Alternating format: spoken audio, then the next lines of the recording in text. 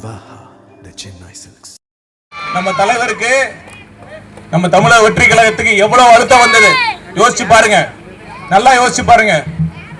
முதல்ல அந்த கரூர் இன்சிடென்ட் அவருக்கே சம்பந்தமே இல்லாம அவருக்கு சிபிஐ சம்மன் வந்தது.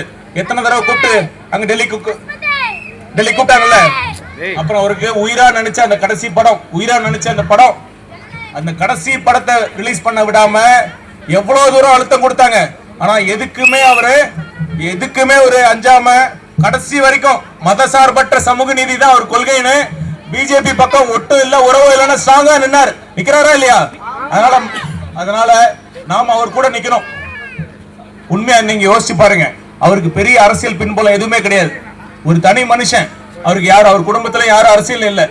ஒரு தனியால அரசியல் கட்சி ஆரம்பிச்சு எந்த அனுபவம் இல்லாம இத்தனை 2 வருஷத்துல இவ்வளவு பெரிய கட்சியா உயர்ந்த பின்பும் அவரு எவ்வளவு அழுத்தம் இருந்தது தெரியுங்களா?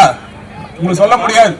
அதனால இருந்தாலும் எவ்வளவு அழுத்தம் இருந்தாலும் நாங்க தனியா தான் நிற்போம். எந்தவித சமரசமும் இல்லாம நிக்கணுங்கிறதா ஒரே குறிக்கோள்னாலதான் இவ்வளவு கஷ்டத்தை அவர் சந்திச்சிட்டு இருக்காரு.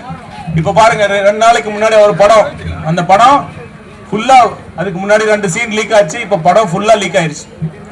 எவ்வளவு மனவேதனை கொடுக்கறாங்க. இருந்தாலும் அவரு இந்த மத சார்பற்ற இந்த சமூக நீதி கொள்கை, அதுதான் அவரோட உயிர் மூச்சு. முதல் மாநாட்டிலே தெளிவா சொன்னார்,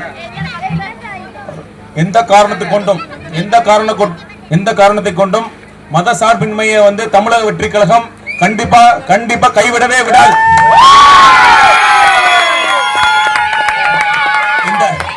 இந்த மண் இந்தியா அனைவருக்குமான மண்.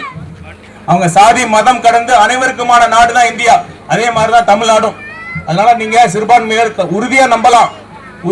உங்க பக்கம் கடைசி வரைக்கும் உண்மையா நிக்கிறது டிவிகே தான்.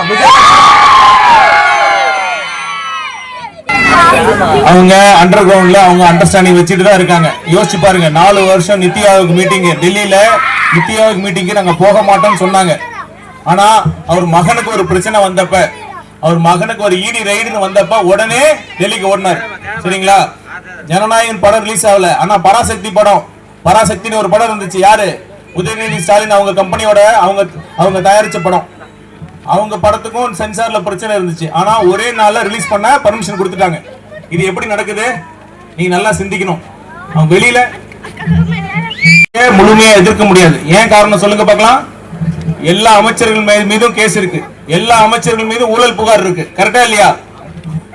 எத்தனை கான்ட்ராக்ட்ல எவ்வளவு கமிஷன் அடிச்சாங்க எல்லா புள்ளி விவரமும் அவங்கள்ட்ட இருக்கு. அப்படி இருக்கிறப்ப அவங்களால எப்படி நீங்களே யோசிச்சு பாருங்க, எப்படி அவங்க பிஜேபி எதிர்க்க முடியாது. அதனாலதான் சரண்டர் ஆயிட்டாங்க. அதனால தயவு செய்து பிஜேபி இந்த டிஎம்கே போடுற போலி நாடகத்தை நம்பாம அவங்களுக்கு ஒரு சரியான பாடத்தை நாம புகட்டணும்.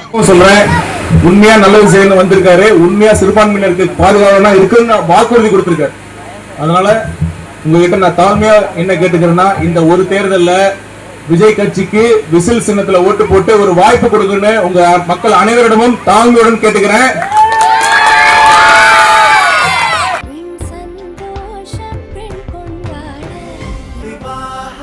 மணப்பெண்ணின் பிரத்யேகமான திருமணம்.